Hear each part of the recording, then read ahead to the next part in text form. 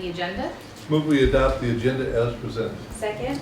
Dr. Thomas? Yes. Mrs. Lonis? Yes. Mrs. Zugarden? Yes. Mrs. Glover-Jones? Yes. Mr. Eaton? Yes. Mrs. Enriquez-Klimpat? Yes. And I also vote yes. Moving into one of my next most favorite thing in the world to do is the Pledge of Allegiance 1.04. I would like to welcome Hake Middle School students to please come up and get us started.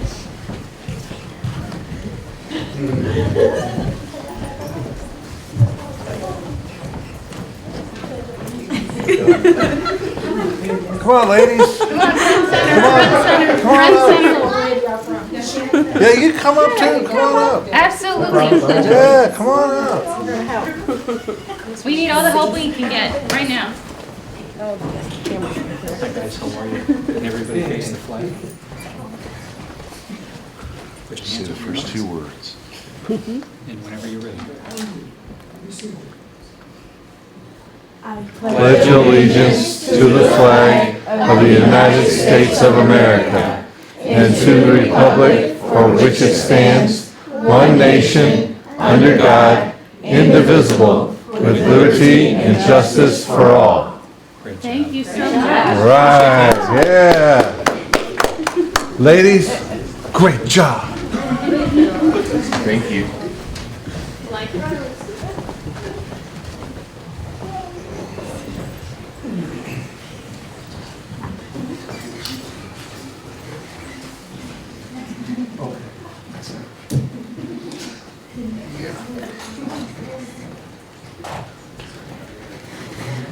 There we go. Thank you so much. That was wonderful.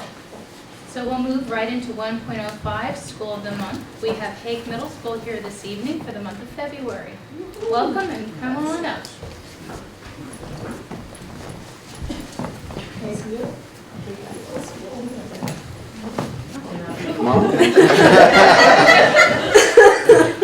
So thank you for giving us this opportunity to present to you today. My name is Alexander Terrence. I'm the principal of Hake Middle School. I am joined here by some of our wonderful students. We have Kaylee Gilchrist Bradford in the 6th grade. We have Haley King in the 7th grade. We have Peyton Dawson in the 7th grade. And we have Rosiah Jones in the 8th grade. And like me, this is their first time presenting to this school board, so we're all very excited. Ladies, we're going to go ahead and get started. So the Ritenour School District vision, in partnership with parents and the community, will develop leaders recognized for academic excellence and produce graduates who will become productive citizens and lead lives of personal integrity and fulfillment. Our mission is to ensure learning occurs in a supportive environment that enables every student to think critically, solve problems, and develop the knowledge and skills necessary for success in our diverse global society. And our equity statement, we will prioritize our interactions with every parent, student, guest, and colleague, and provide a warm, welcoming, and immediate greeting whenever stakeholders, students, staff, parents, etc., enter our spaces, offices, and classrooms, etc.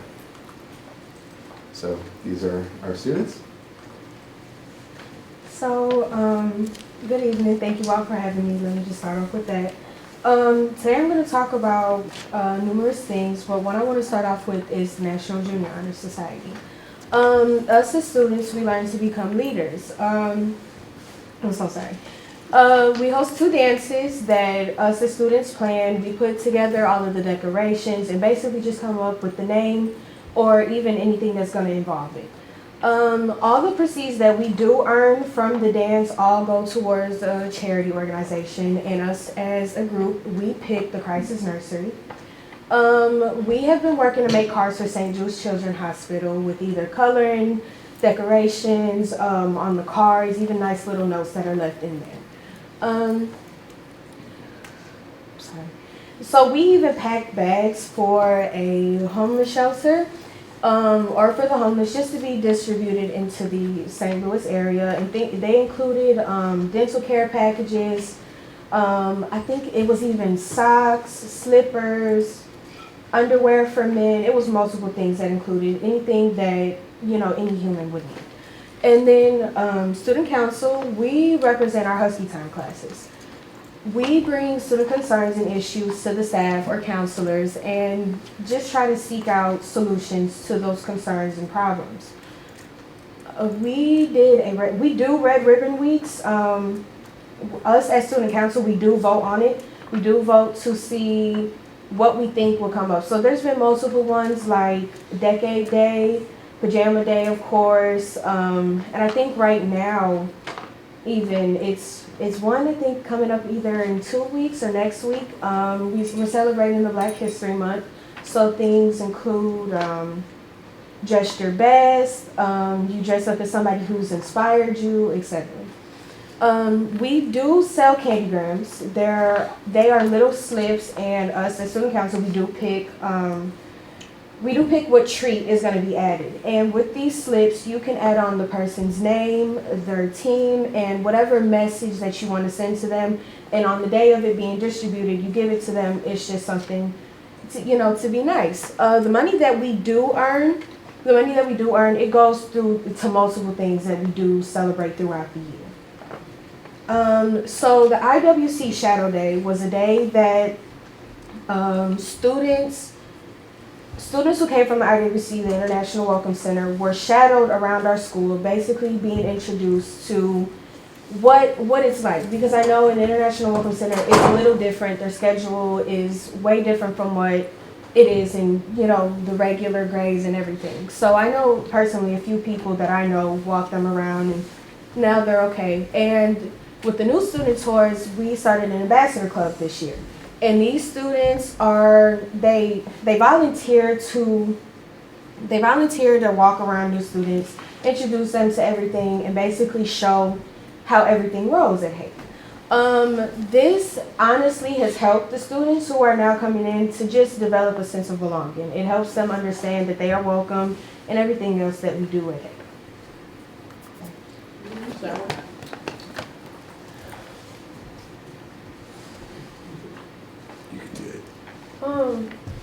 So I'm doing Take Students Give.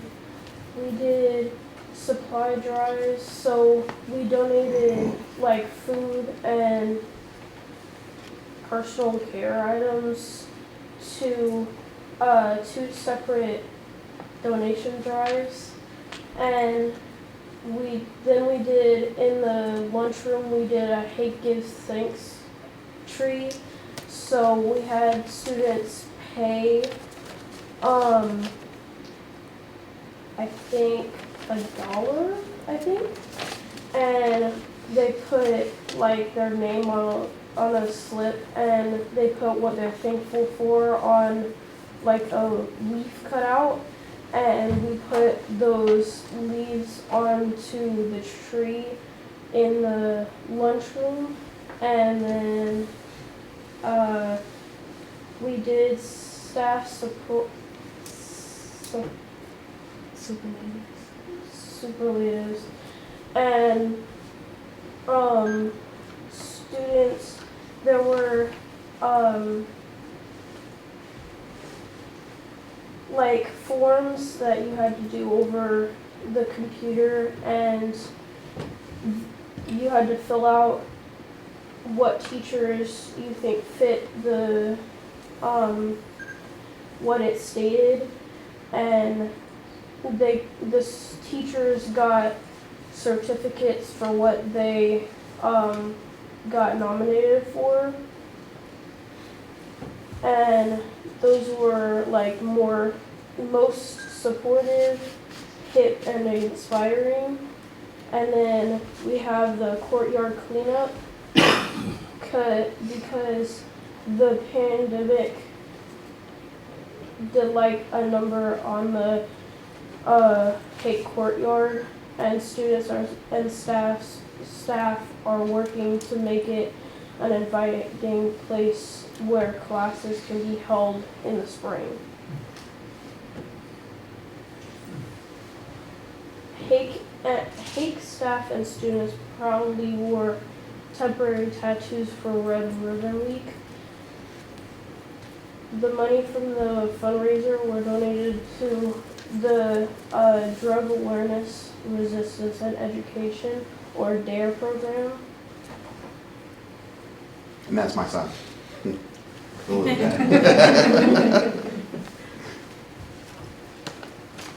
Hey, students honors. Hi, my name is Haley King. How's everyone doing?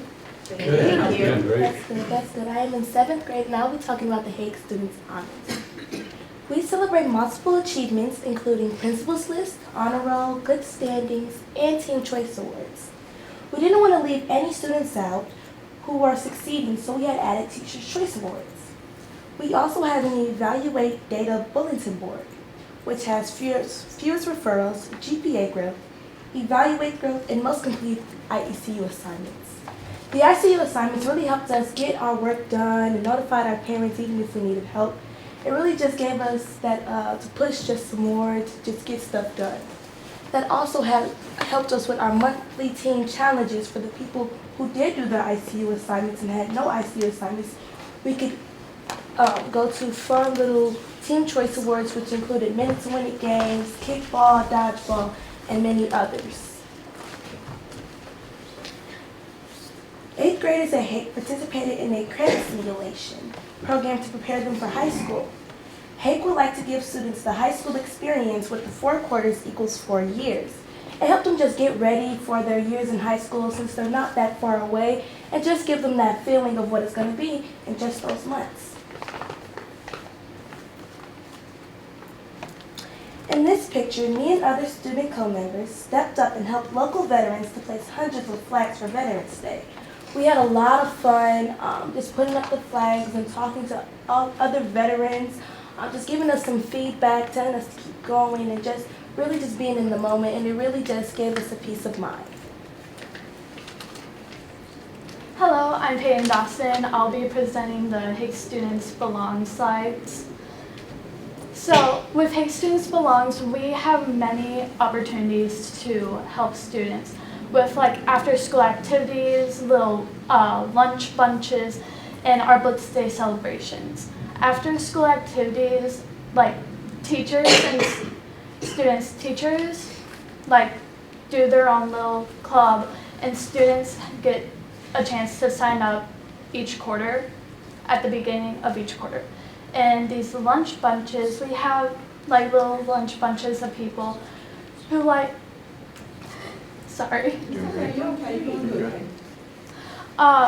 basically like,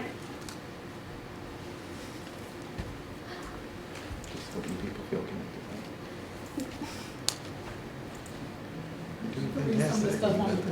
Yeah, why don't you read some stuff on the slide? So counselors are able to more small groups of students. You got it? sorry. And so basically like they're able to connect with their friends and people who have the same interests as them, and like to help get along with other students. And with our Blitz Day celebrations, they're celebrations for people who have completed all their ICU work and have done all their ICU or off the ICU list and no referrals. So they like, it's like a privilege that they get to like, as like a little treat for completing their missing work and all that. And we do, with these, we do Spirit Weeks. We had like Red Ribbon Week and all sorts of other Spirit Weeks. Like I'm pretty sure we had one in the winter, Mm-hmm. And it was all about like expressing yourself, about who you want to be, making sure like you're confident the way that you are. And we also have these little door decorating contests. In October, we had one for Red Ribbon Week, and it was all Halloween themed and like based around not doing drugs. Like we had one that was like a mummy that was like don't get wrapped up in drugs and all sorts of stuff like that.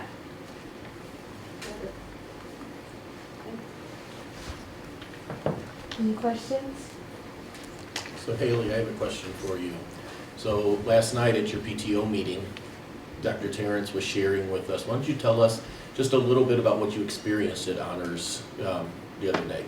Well, the honors just really, it made us so proud about accomplishing things that we did, whether it was we were on the principal's list or honor roll or anything like that. It just made, because last year we didn't have many things like this to just kind of, you know, tell us we're doing good, you know, keep working hard, and it's just something to have fun. And there was and only be a couple around. of you that got it, right?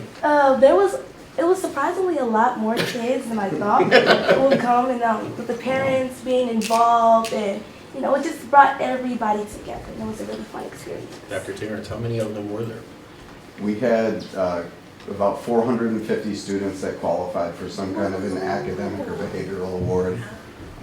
With principal's list was a 3.5 or higher. Honor roll was 3.0 to 3.49, and then good standing recognition was for not having any referrals. And so we have, you can kind of see it in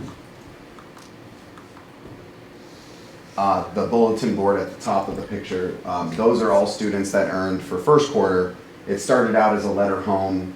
It grew into a parent meeting, a parent invitation to come to the building. On Tuesday, we pulled out all the bleachers anticipating, 150 parents, and it was like 400. I mean, we were pulling out chairs, we were running to the store to get more cupcakes. It was chaotic and exciting all at the same time, but it was really great. And I think the most important thing was that you walked away from the experience feeling like your cup was full, like you realize why you're here, you're doing what you're doing, and it was great to have so many parents, students, and teachers come out to celebrate.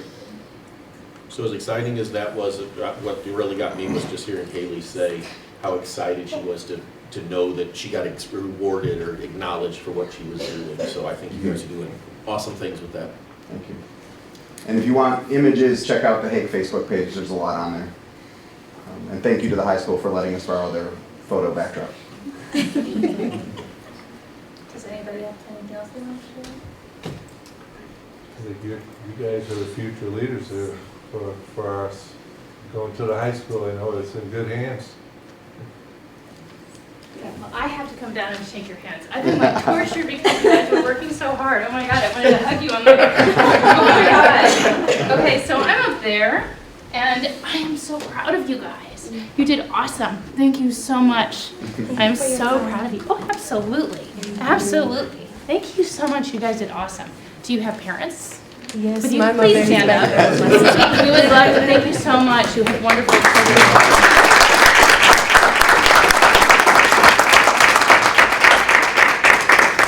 Thanks for your leadership. Yeah, it's not easy to get up in front of people. That's a good job, you guys. I was gonna say, keep your leadership up and bring it to the high school. We're excited to see what you guys bring there too. Absolutely, one step forward. Thank you Thank all. you for coming in. Thank you. Thank you. Thank you, ladies. Amazing thing is happening. So good. All right, moving to 1.06, report closed session. We met in closed session on January 5th and 12th, 2023 for the purpose of a discussion of personnel and student personnel agenda. Now we'll move right into 1.07, public comments. I do have one. I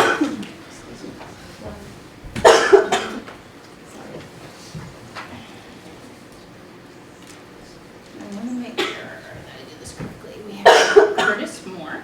You're welcome to come up. And I wanted to double check on here.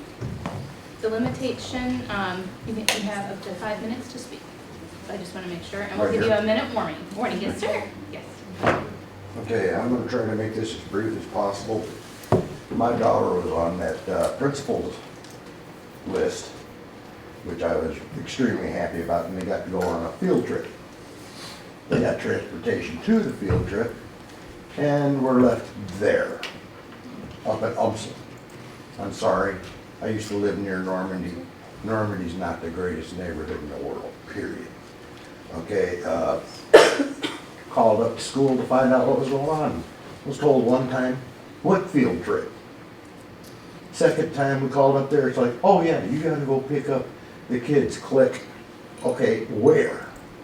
Call the third time, oh, that's at UMSL.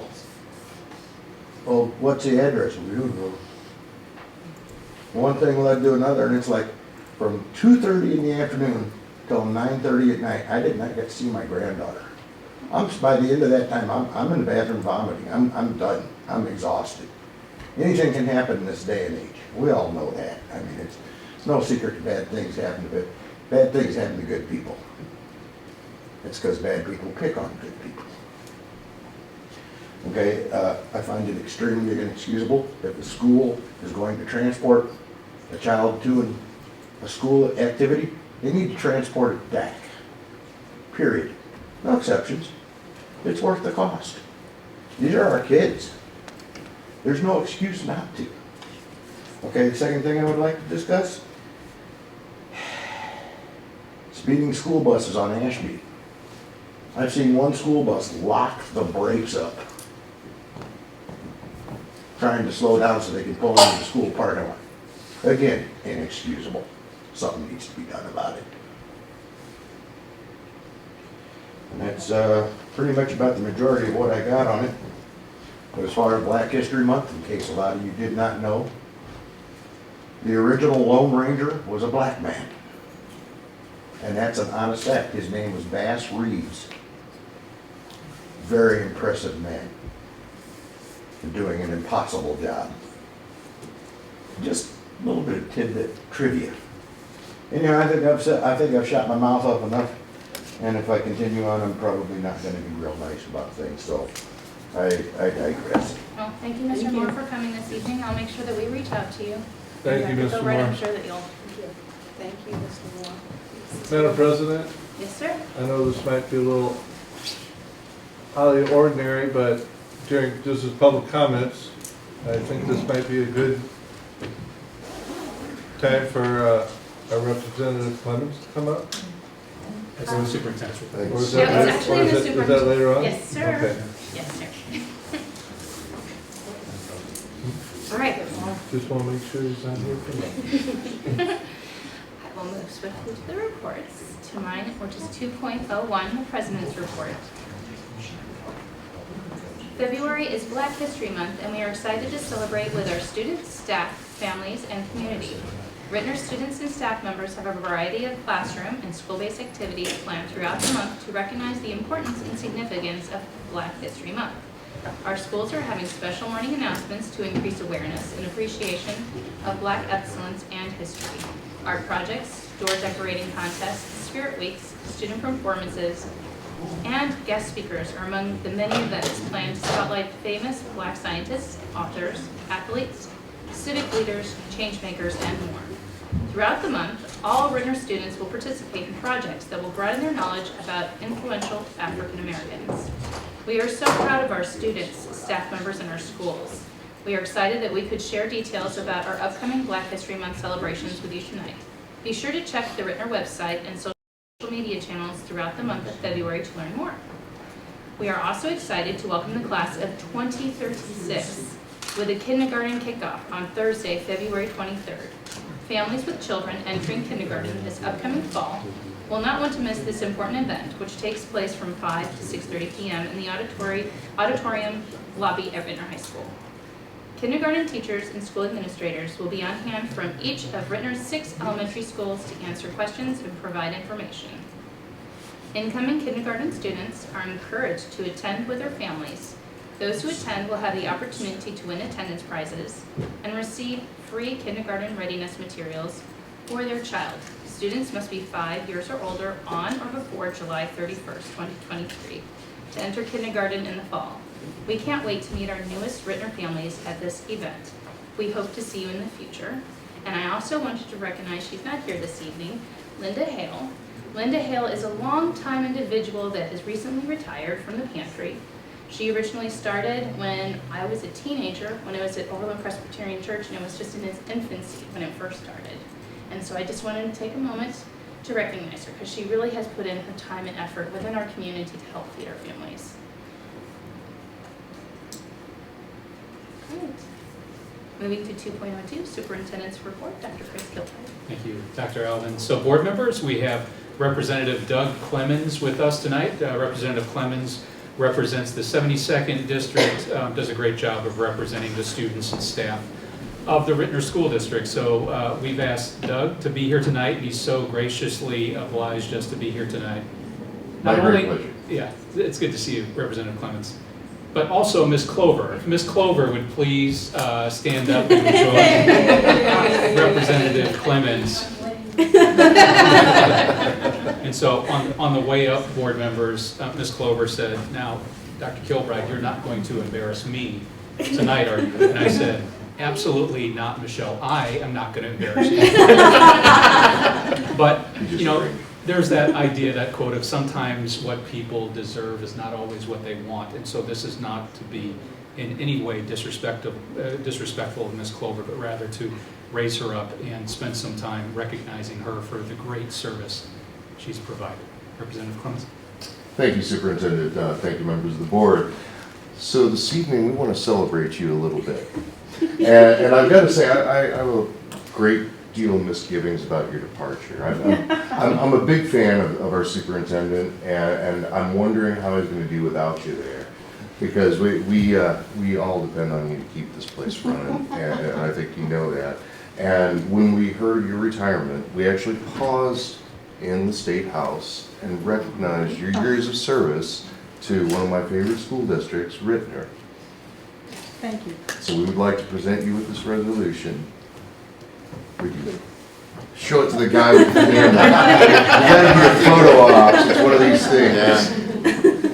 So board members, in recognition for Michelle's 20 years of service to the district, 17 years of service to the Office of the Superintendent, it honors me to spend the last 11 years with Michelle.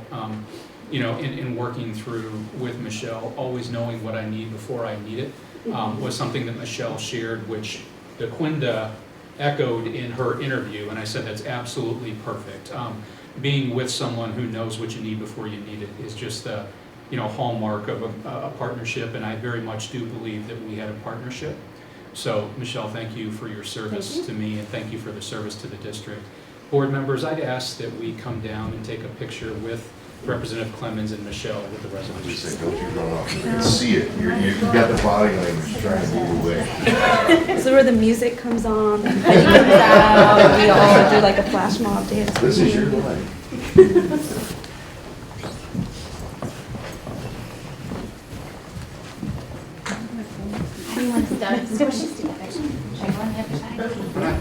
Really loan us. Really loan us. Come on. Come on. No. Come on. Photographs. You've had it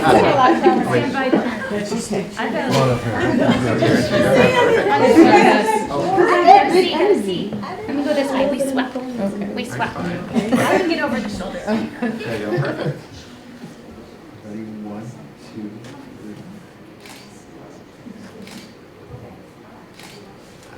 3. Yeah. Thank you. All right.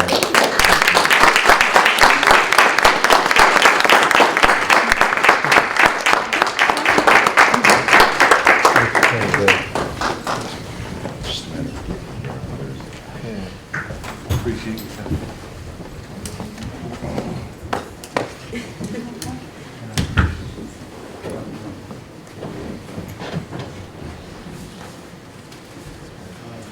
So board members, you know that we have an event that is coming up soon on the 22nd. There will be a meet and greet mixer for all current board members, current admin, former board members, former admin, and well-wishers to say thank you to Michelle for her years of service, and so everyone is encouraged to attend. That concludes my report. Thank you, Dr. Kilbride. 2.03, Student Representative Report. Mr. Terrence Clark. All right, good evening, everyone. Good evening. It's great to be here one more time. To start my report, we have implemented our safety updates, which include clearbook bags, which were given to every student. And then we have mandatory IDs. Students have received the new policies somewhat well. We always have stakeholders, but the vast majority do appreciate the new policies. On tomorrow, our leadership students will be meeting with Senator Brian Williams to discuss various things. So we are looking forward to hear what happens there. And then we also have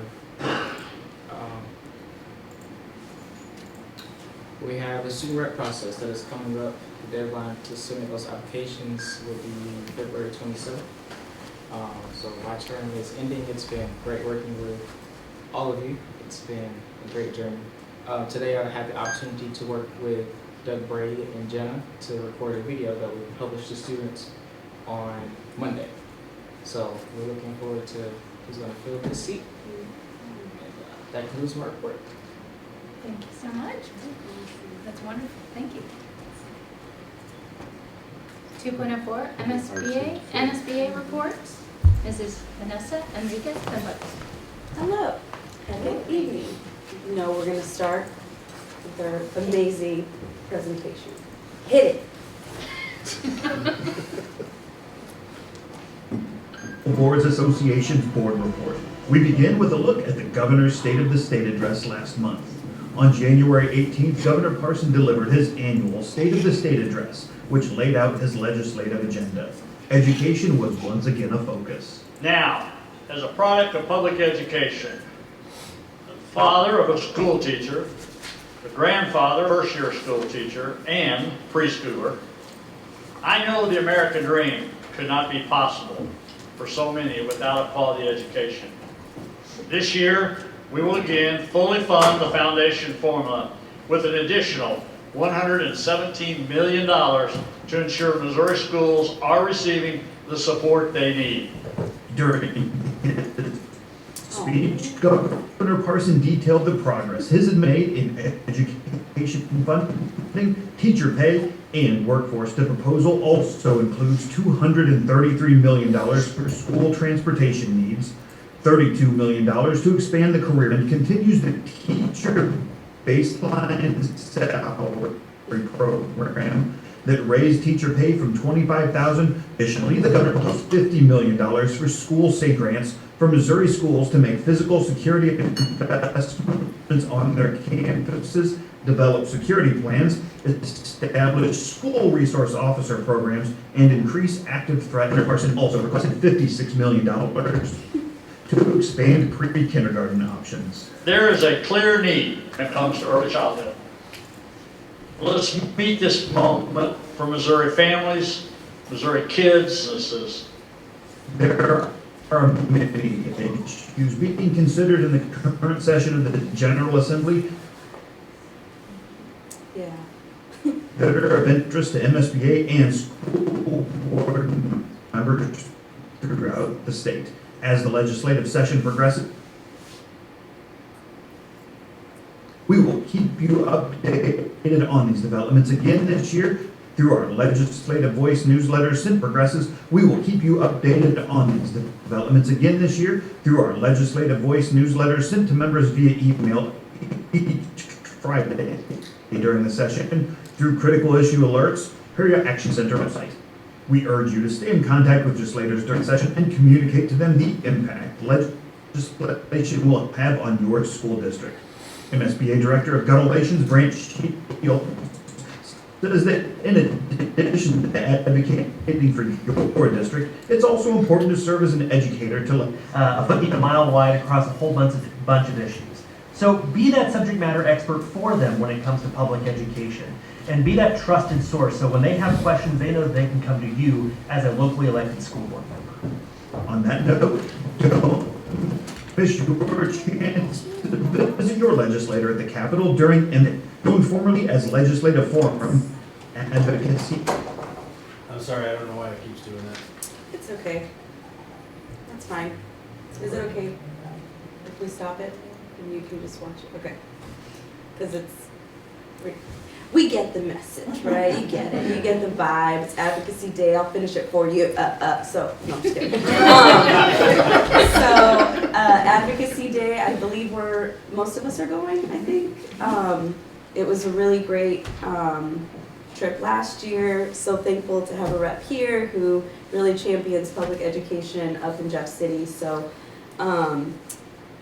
so I think the only kind of update I have is that I would like to nominate our Early Childhood Center for the Early Childhood Award Program recognition that they have. So I know that came through in one of our newsletters, and I wanted to just call that out because I think it's the nominations due like at the beginning of March. So just wanted to get some assistance with that because it asks for some technical questions in there. But I'm just super proud of our Early Childhood Center and all the work that's been done there. So it'd be great to get some recognition there. Yeah, any questions or anything that you all have? As, I mean, you know, session just started, but it's already been jam-packed. I've sat in on just like a few hearings here and there, and it's just a lot. And I think the one thing I just really urge us on, which, you know, MSBA always talks about this, I feel like at every conference, but it's just so true how much power there is in school boards. Like, we represent our community, and really being able to tell our stories, just kind of like what Brant was starting to say there, being a subject matter expert. And I think that us being the subject matter expert is knowing our communities and our families and all the great work that is happening. And I think that a lot of times there's this narrative of like all the things that public education is not doing, or how it's, you know, just there's this negative narrative around it, and we know the truth. Like, there is work to be done, obviously. It's why we're here, and we care about our students. And also, like, we have amazing students. We have amazing staff, amazing teachers, an amazing board. Like, we care about our community, and we're not trying to say that everything's perfect and it's great, but we're here. And a lot of times legislators up in Jeff City have no real connection to these communities, that they are trying to pass these bills that will eventually undermine and harm us. So I just really want to urge us to, like, you know, stay up to date, at least with the education bills, as much as you can. I'm happy to, like, help with that too, even just knowing, like, who the sponsors are. There's moments where, like, and I'm actually, as I'm processing this out loud, I'm like, there may be a really good way of just like a call to action, maybe to like send in your testimony or write in, you know, your story in opposition to certain things. Like, yeah, so if that is something that would be helpful, I'm happy to like nudge us on those things. But yeah, that concludes my report. Thank you so much. Yeah. Thank you. 2.05 Special School District Report. Mrs. Jennifer Lonis. I don't have anything in particular, but I would like to turn it over to Mr. Eaton for the PAC. So we had the fourth Monday of January, we had our PAC meeting. Our next PAC meeting comes up on February the 27th. I would like to also remind all board members that we extend your welcome to join us for that meeting. This last meeting, unfortunately, Ms. Hahn was at home sick, and so Angie and I ran that meeting, and we had visitors, and we had probably the most highest attended meeting we've had in a while. And so getting that information out, we've got the February meeting, we're going to start looking at the resources that are out there for our students with IEPs and 504s for summertime. So if, I know it seems like it's still cold and it's snowy and that outside, but hey, guess what? If we don't start getting on those those enrollment forms now for those kids, they won't get into summer programs. So we encourage you to join us for that and show your support. Thank you. All right, thank you. Thank you, Ms. Lonis. All right, and we'll move right into the business items. 3.01 Return to Learning Plan Approval. Dr. Chris Kilbright.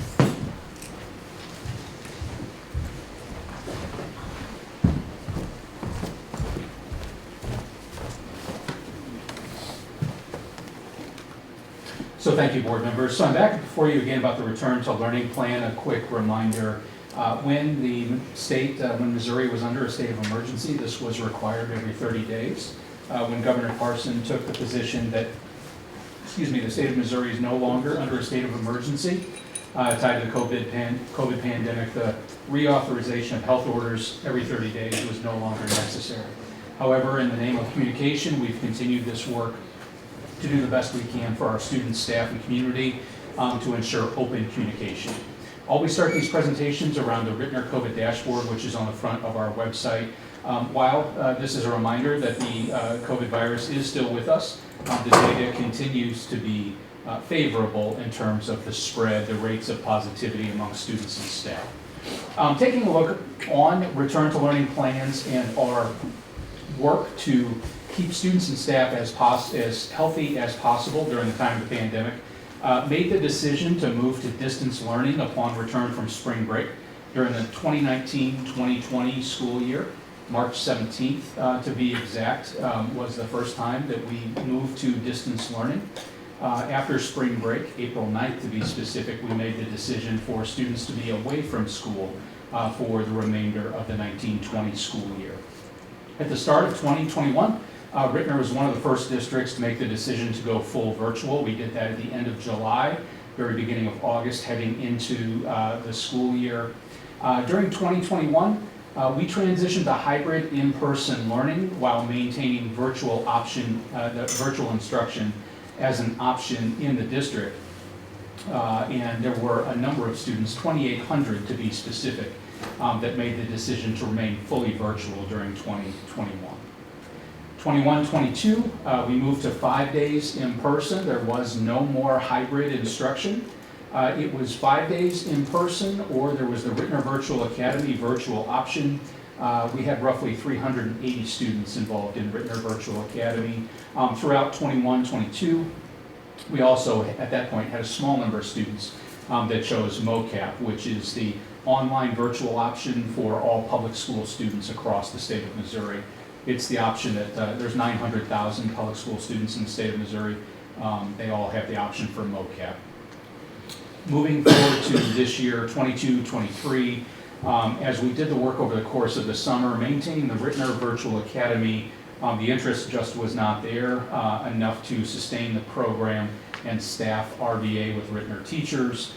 Students continue to learn 5 days in person, and those families that still wish to have a full virtual option pursued that through MOCAP. And as Dr. Stewart had shared in a recent board meeting, we had a number of families that chose MOCAP at the beginning of the year. We've had a number of students that have come back to the district in person from the MOCAP program over the course of this year.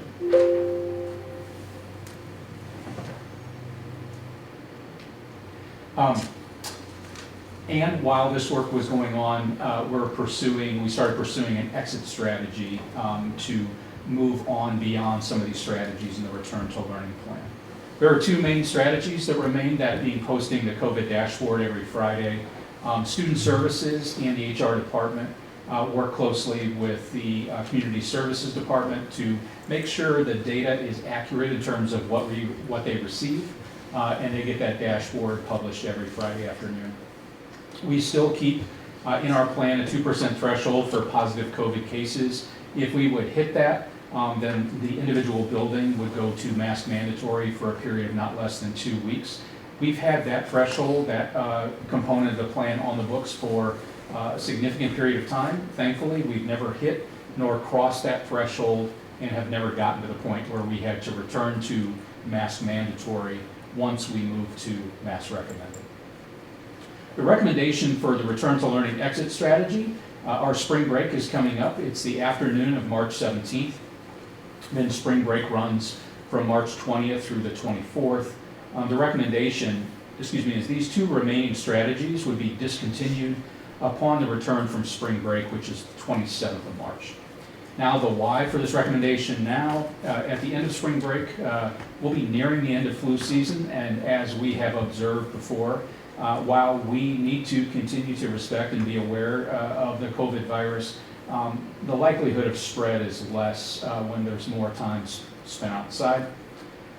We can't continue in the current state indefinitely, and the data from the community as well as the Return to Learning Committee supports a move. So to that point, a survey was pushed out through the community services team. It was out for a week, total of 800 responses, a pretty similar number of staff, family, and high school student responses. Data was collected through a Google form. It was in English and Spanish. So the findings in total, roughly a quarter of those that responded checked the dashboard on a weekly basis. That's down 20% from the last survey that was pushed out about 4 months ago. Slight majority, nearly 55%, support stopping the dashboard after spring break. A majority, although less slight, of respondents said they support stopping that 2% mandatory masking threshold after spring break. Of the group's families, staff, and students, the families were most supportive of taking these steps. You can see where the staff, a little bit less so, and students at 42%. There were a large number of not sure responses from staff and from students. That can kind of skew the data a bit. You can make the argument that they would fall in the do it camp or the no camp, but we don't know because people, respondents chose to respond not sure. Now what these responses look like in a visual, how often is the dashboard reviewed? 60% say they don't check it or they're unaware of the dashboard. The question of if the dashboard was discontinued, nearly 55% yes, we would support the response. When it comes to masking, Ritenour is considering discontinuing the approach after spring break. Would you discontinue that 2% threshold? 52.4% said yes. Less than a third said no, and 16% were not sure. When we get to families, the response from families was the highest percentage yes. 1/3 said no, they would not support it, with 12% coming in, I'm not sure. As we come to staff, 46.9% yes, 27% no, and then 26% not sure. Where were our high school student responses?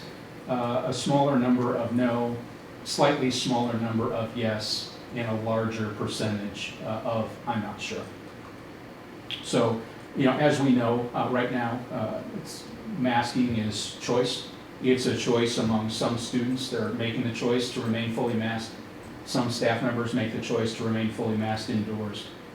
People have choices, and we don't hear, at least I'm not hearing, any type of mask shaming that's going on. Responded. Do you support removing the remaining strategies in the plan, that being the dashboard and the 2% threshold? There were no responses from the committee that either disagreed or strongly disagreed. All of the responses were in the affirmative. Captured a little bit of the narrative. It's time to move away from the plan. However, we have to keep our eyes on data in the community and the region.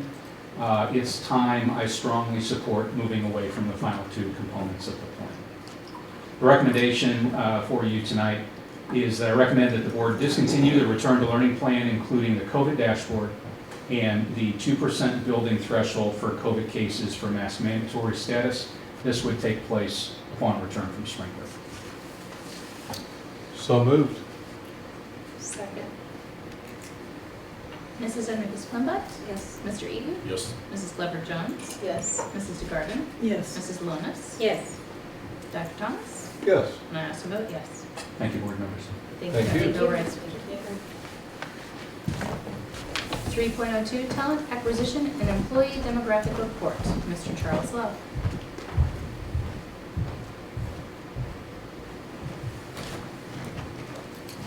Good evening, everybody. Good evening. Good to see you guys again. Mike sends his regards. From New Mexico. From New Mexico, requiring, requisitioning some staff for us, so he's getting some staff members. All right, so we have our vision and our mission.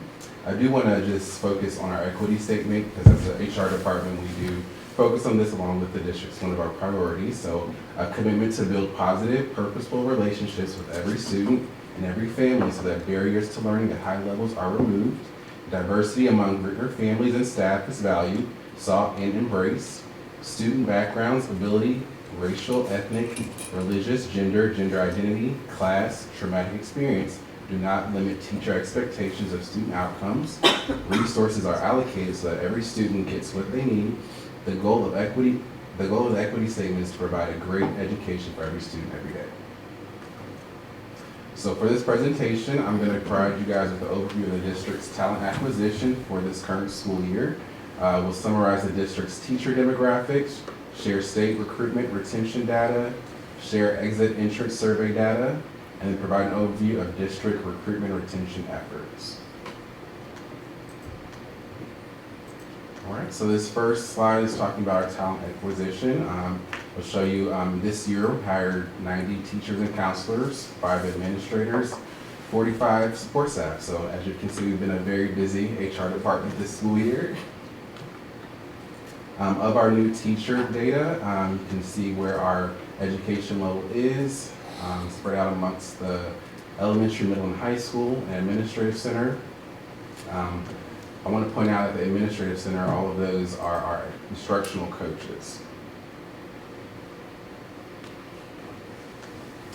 Teachers hired this school year, they attended all of these universities. We do partner with a lot of our local universities, so Lindenwood and UMSL is where we get most of our new teachers from. And this graph is just showing our years of experience. I want to point out that a lot of our teachers, are coming to us new, fresh, and very excited. We do have some tenured teachers with a lot of experience as well that came to us this school year. Is that more than normal? More than the. Like years past? The 9+ years, the tenured years? So, we generally hire a number of people come to Ritenour with experience. The 9+, I think what's different is just the number of people that we hired, significantly more this last year than what's normal. Okay. But it is consistent, we usually get people with experience. They're very excited about coming to Ritenour. When I talk to them when they're onboarding, they've heard a lot about the Ritenour community and they're very excited to join our team, so. And then this demographic is just showing our comparison by our salary plan. As you can see, our support staff percentage is the highest percentage for people of color. Looking to up that for our teacher demographic. When you see our 34% of people of color for our teacher demographic, and we have about 65% white. So we are looking to increase that for teachers to reflect our support staff. And this graph is talking about our teachers of color percentage. So that blue line is showing all of our Ritenour's teacher of color, and then the orange line is showing our new teachers. So as you can see, this school year we've hired a lot more teachers of color compared to our overall percentage. So looking to continue to grow that demographic. And this graphic is just showing our teachers by race, ethnicity. So as you can see, all RSD is about 81% white. So like I said, and that's one of our goals as a department. I know Mike right now, like I said, is in Albuquerque recruiting some teachers. So we want to increase our demographics for teachers of color in our district. By gender, 77% is female. And then by school, we broke it down for you guys so you can see the breakdown of our races at all of our schools. So as you can see, early childhood, 75% are white for teachers, with 30% for students, 38% and 25% as teachers for African American at the Early Childhood Center. Booter Elementary, our teacher demographic is 85% white, 9% African American, 3% Hispanic, 3% Asian. We're at Iveland. We got some opportunity there as well. 84% white is for our teachers, 26% for students, 44% African American student population, and 16% African American for our teachers. 13% over at Chrysler student is white. 85% is teachers. I'll let you guys look at that. You guys can see the graphic. And we broke it down for our elementary schools here as well.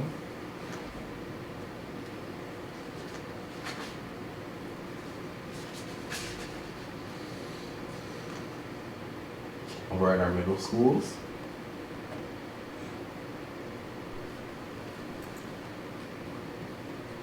Then we have our high school and our International Welcome Center. So like I said in previous slides, we do have some opportunity for growth in our African American, Hispanic, and Asian demographics, because we do want our teachers to reflect our student population. So that is a goal for us in our HR department. Right now, there is a teacher shortage, as you guys are aware. So these are some of our subject areas that, you know, is reflective in the state of Missouri, and I think in the nation right now. And this graphic is talking about our enrollment and completer data. As far as our education for new students entering the education field, this graphic is showing the blue line is our enrollment for new students entering the world of education. It is going up this year, but it has been in previous years decreasing. And then you can see in the bottom line our completion for our students in universities and colleges. And this graphic is talking about our teacher certificates. So that blue line at the top is talking about initial certificates. So it's looking like a slight decrease for students receiving those initial certificates.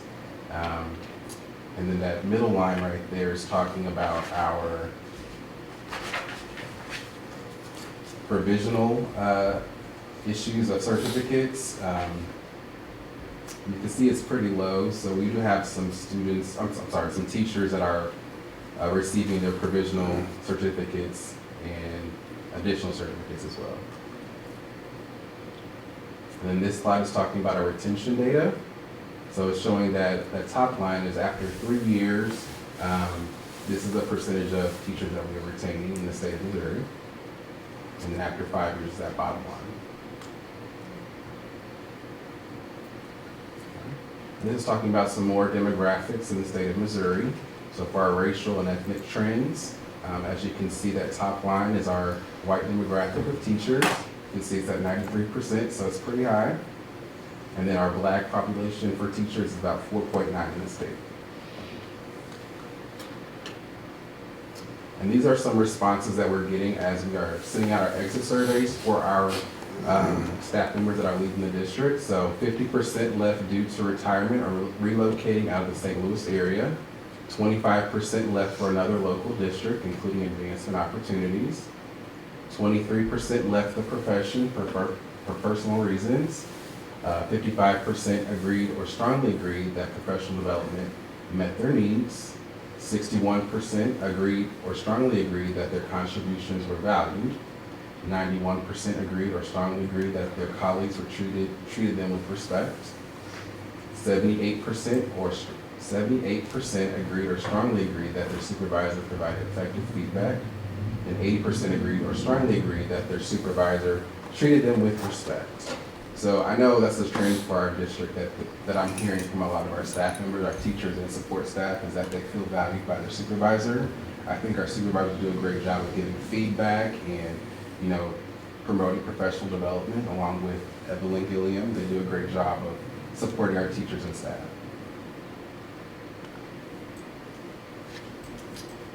And then also, the top 3 ways they learned about the positions in the district is through our Ritenour website, and then our other Ritenour employees are Marie. Top 3 reasons for choosing Ritenour is our diverse culture, student population, competitive salary and benefits, and then recommended by a Ritenour employee. And then what we're doing right now to, maintain our recruitment efforts, we continue relationships with colleges and universities.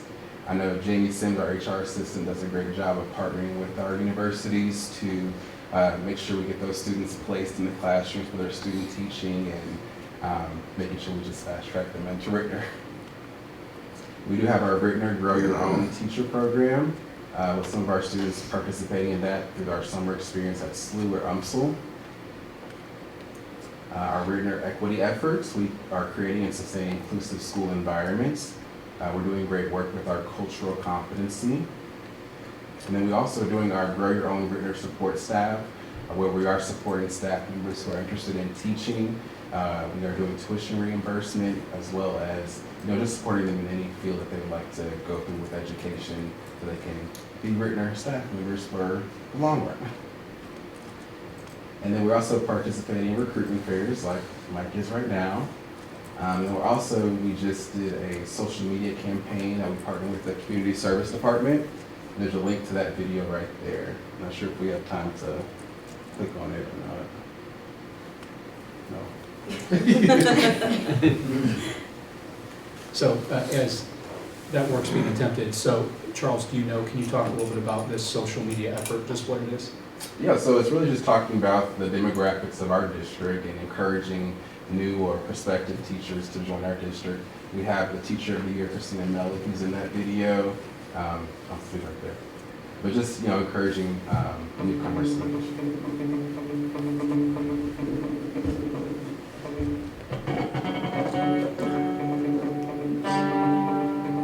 I have the best colleagues that I could ask for. Charles, do me a favor. That you have Turn that microphone off. who are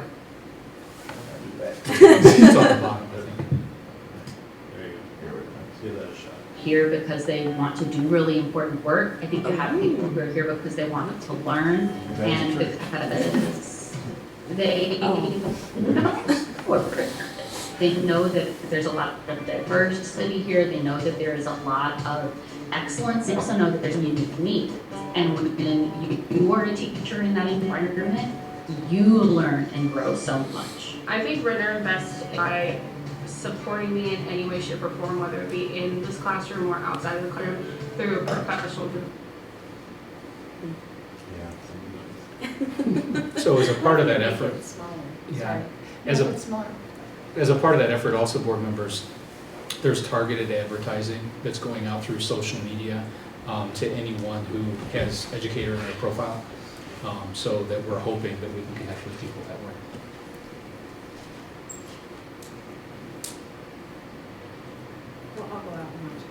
Development, some really awesome opportunities for professional development. I feel like Ritenour is a really good district that models diversity in the classroom for our students, and then also for speaking myself, being a Black male in a primary classroom, I think that's really important for students to see people that look like them, teachers that look like them. Between our students, between district leadership, we feel like one big family, and that is what was very unique about our district. This is a place where you are connected. Your work is going to impact people that is going to last the rest of not only your life, but the rest of Yeah, that's fine. So if you guys have time, I would encourage you to watch the video. We are participating in career fairs this year. I know Mike and I talked about our MOASPA job fair that we're doing through all of our HR departments in the county. So we partner with them and we share ideas on how we can recruit and retain talent.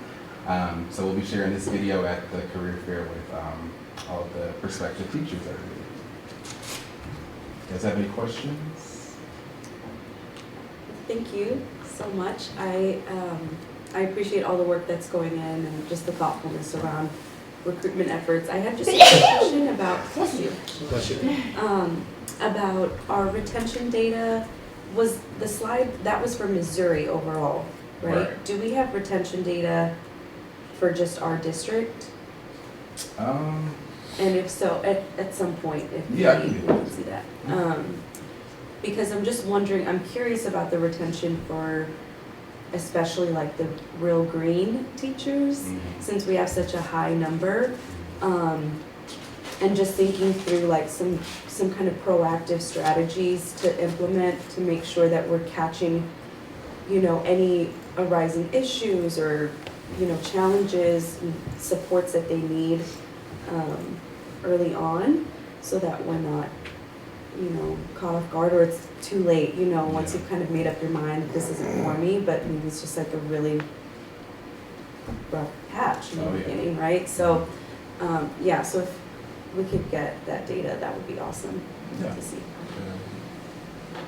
And I know a lot of our new teachers are very excited when they start with us, and we do everything we can to support them with professional development and following up check-ins. So we're doing a great job with that, I think. So I'll get that data too. Thank you. How long are the teachers in the mentor program for new teachers? Is it just the first year? Do you want to speak on the mentor program, Evelyn? The length of it?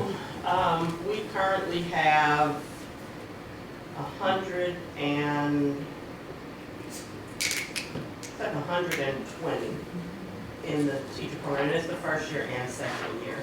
So this year, there's 86 brand new teachers, and then those other 30-ish are from last year, and they are continuing this year.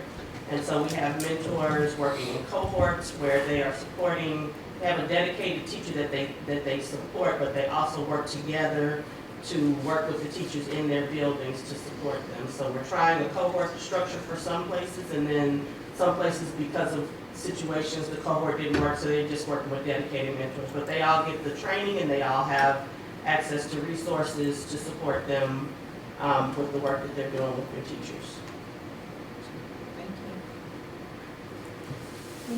Can I ask another question about that? Is that just for new teachers to the profession or new teachers to the district? It's both. It's both. So we have, there are some aspects of the training that we do that are specific to brand new teachers because we do our beginning teacher assistance program in-house. But then we also have support for all of our new teachers that are new to Ritenour and new to teaching. Which is a change from years past, because in years past, it was not a 2-year for those teachers that have experience, and it was just the idea of this is an experienced teacher, they've got it. They might have it, but they don't have it in Ritenour, and they need to experience the expectation. Any other questions? We good? Don't go anywhere. 3.03, personnel recommendations. Mr. Charles Lowe.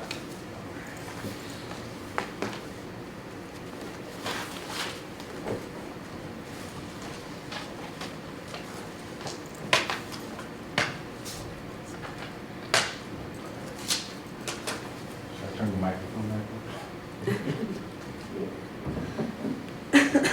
All right, so I would like to recommend personnel recommendations 1 through 68.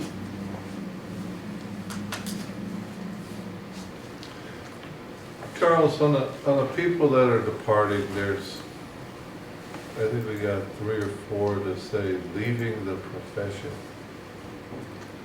In their exiting interview, and I hope we had one, did you find out why? Yeah, I know some of them are leaving the profession for positions outside of education, like tech.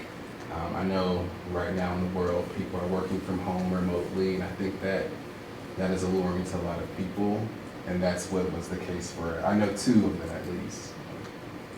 Okay. They're going to the tech industry. Also a situation where some are choosing to stay home with children. Right. Leaving education to choose to stay home with them. Can I ask what on number 18, what the note means?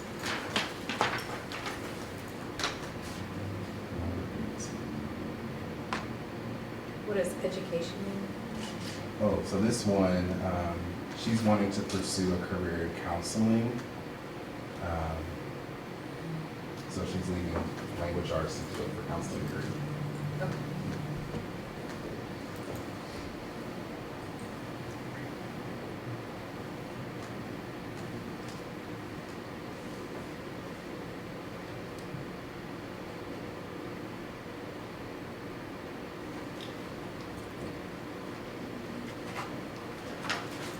Board members, we expect that this would be the largest list of separations that would be coming to you. Contracts are out. We have all contracts except one that's back in. So we do expect that maybe some separations in the future, but not as significant as this list. sorry, I did have one question. For 26, is that the typical rate? Like if I look at the position, granted what the assignment is, and then look at the rate, is that comparable? It is, and for that position, that is absolutely the going rate. Those people that have that position, they're generally retired from duty, and the expectation is that the split between the military and the district make up their full salary for when they were active duty. And so, in that situation, as we've gotten into it, we see that the cost, the salary for that position is higher, much higher than what we expected. Yeah, I just didn't know with the position title, that's what was throwing me off, and then when I looked at the assignment, so. Right, Okay. right. Thank you. Madam President, I move we accept recommendations 1 through 68. Second. Mrs. Lonis? Yes. Dr. Thomas? Yes. Mr. Garden? Yes. Mr. Eaton? Yes. Mrs. Glover Jones? Yes. Mrs. Enriquez Plummer? Yes. And I also vote yes. Thank you. Thank you. Thanks, Charles. Thank you, Charles. Thank you. Thank you. Next up, moving to 3.04, board meeting calendar 2023-2024. Yeah, so board members each year, dates and times of board meetings. These are regularly occurring board meetings from time to time. You know, we may have to call a special meeting, and I always appreciate your flexibility and your willingness to have a special meeting. This would be the 23-24 list of work sessions, business meetings, as well as schools of the month. Did have some conversation with Mr. Eaton about a focus on SSD programming. We are still working through the details, and we have conversations with all of you about what that can look like. You know, if necessary, we'd be coming back to you with an amendment in March. Had a conversation with Stacy and with Lisa today about some options, and we'll follow up with Rob and with everyone. But tonight I'm asking for your approval of the board meeting calendar, specifically dates and times of the regularly recurring meetings.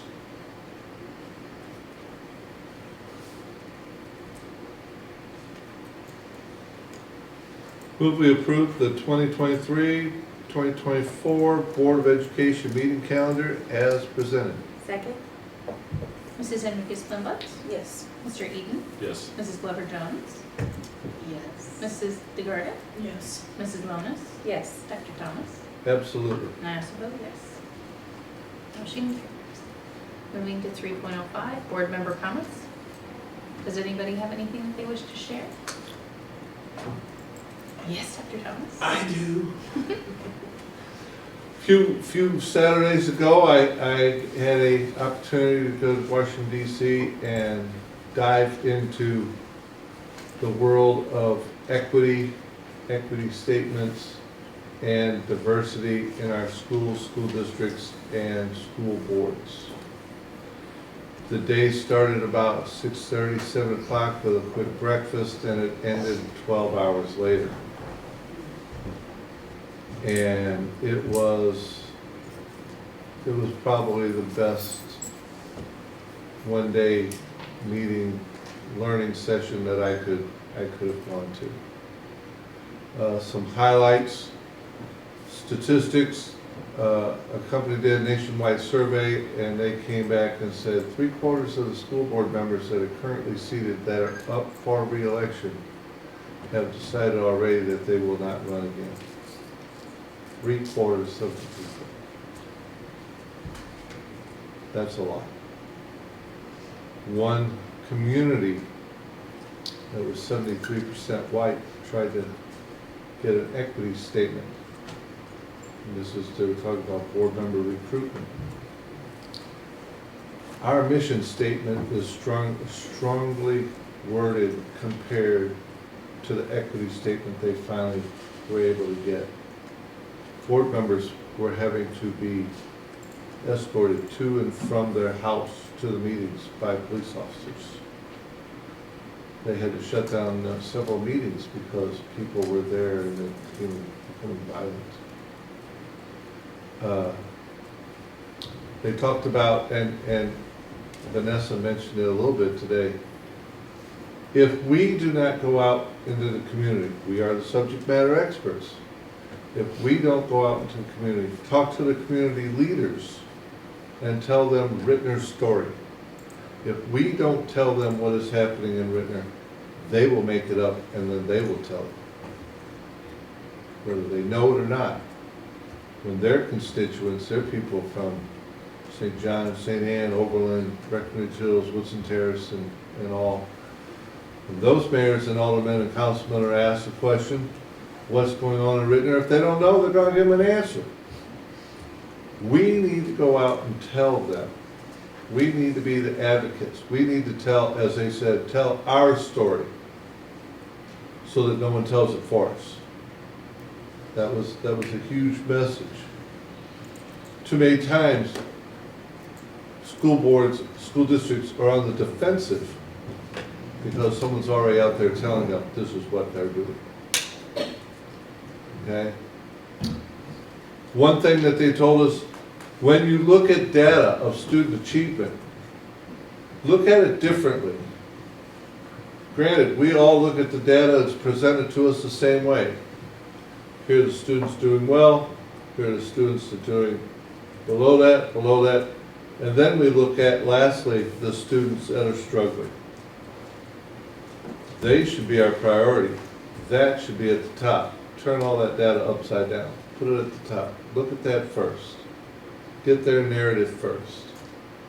And then work down the opposite way. So that we're looking at the data differently. We're focusing at it in a different way.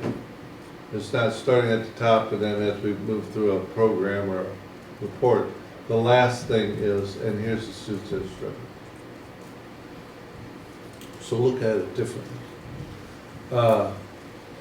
It was an incredible day. There were some gentlemen that I really felt honored to be in the room with them. These guys are movers and shakers coming up with different programs. I could probably go on for an hour and I know no one wants me to. But it was very impactful. One thing, and again, I know we're looking for teachers, I know we're looking for people, I know it's a hard sell out there. We need to be looking at these things differently as well. The four gentlemen that were on this panel were creating their own schools, their own programs within their schools, and they all were unified in saying, if you had black youth that are struggling in your schools, the biggest thing that they could say is get a black male to teach them. That would probably make the difference in if they're going to achieve or not. As we know, they want to see someone of their own color in that classroom leading them. And it's a lot of times, it's a lot about leadership.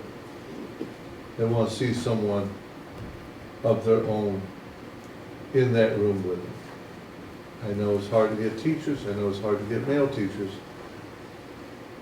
We need to grow our own, so be it, that's what we got. I probably have 10 pages of notes here that I wrote down. I really do. It was,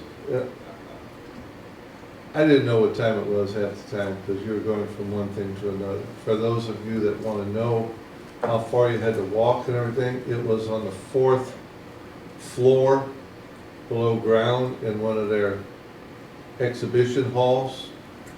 And 10 feet away from that, across the hallway, were all the meeting rooms where all the breakout sessions were. So you literally could walk from the general session 20 feet and you're in a breakout session. So it was very compact. It was very data driven. There was no emotional things except when the gal was saying, you know, I don't know if I want to be on the school board because her and her family were being threatened by people in their town. because of equity. One board member that was very connected in that said, and it was a quote, you can see the video, "It is not our job to teach their kids." A board member said that in a town in Connecticut. That's what we're getting up against. That's what we need to head on. It's not our job to teach their kids. Yeah. Okay.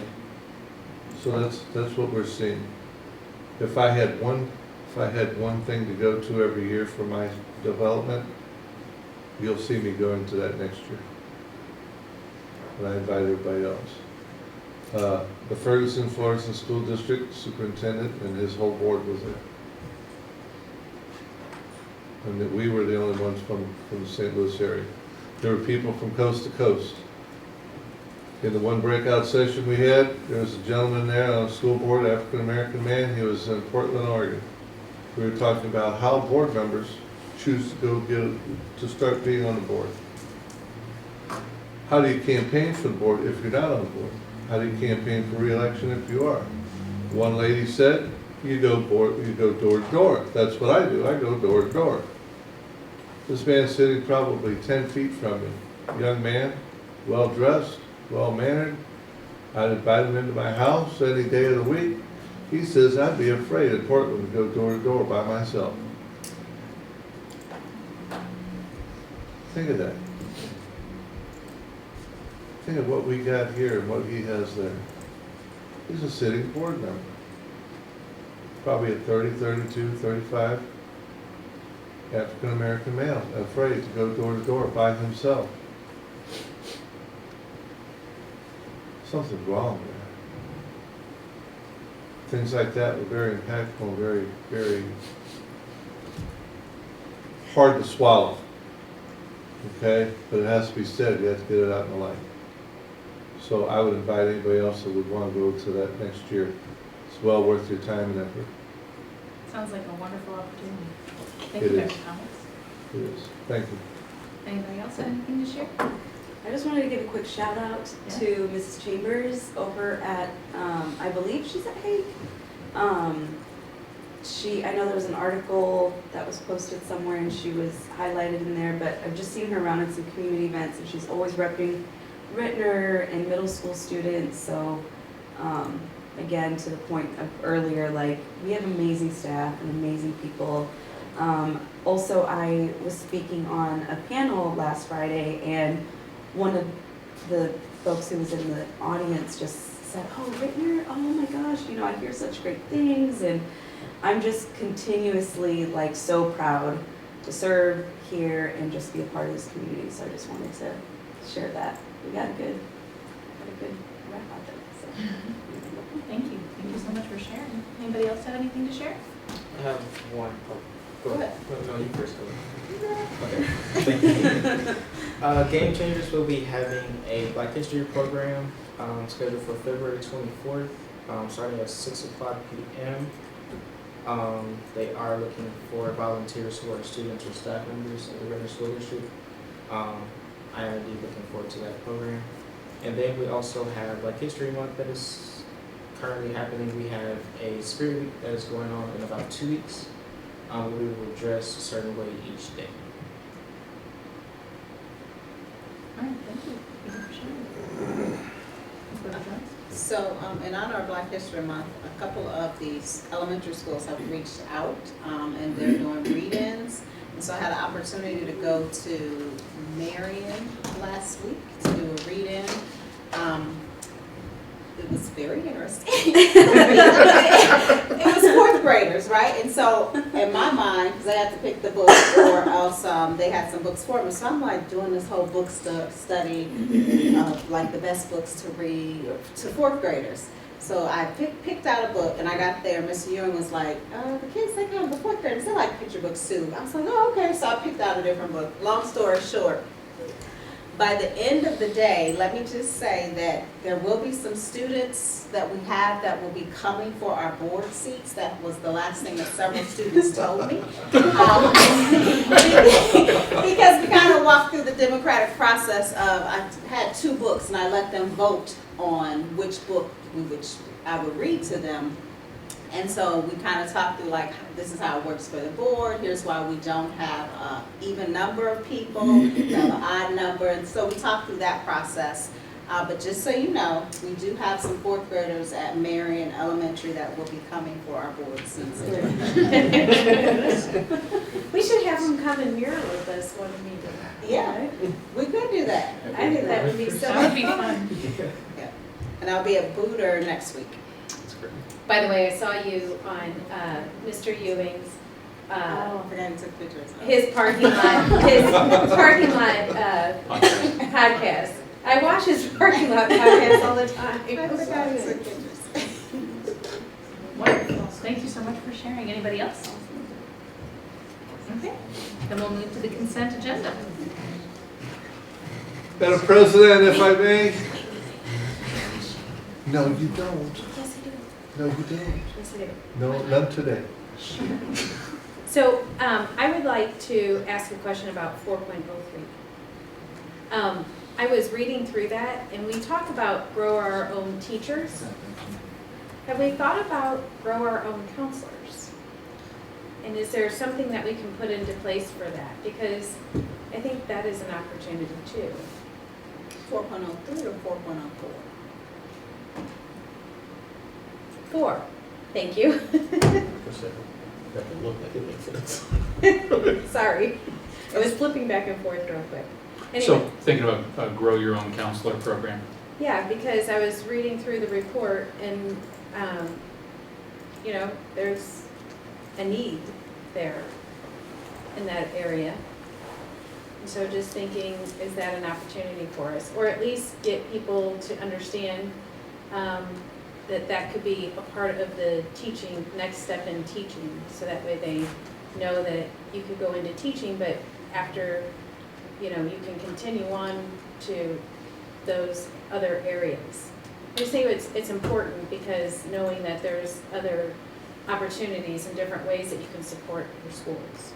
Yeah, I think also knowing that we're after bilingual teachers and bilingual counselors based on this program about vast majority of counselors do come from the classroom, and it's conversations right now, but in terms of a formal counselor program like we've had with Webster University around EL, or with St. Louis University around Grow Your Own Teachers, we don't have a formal Grow Your Own Counselor program. It's a good conversation to have.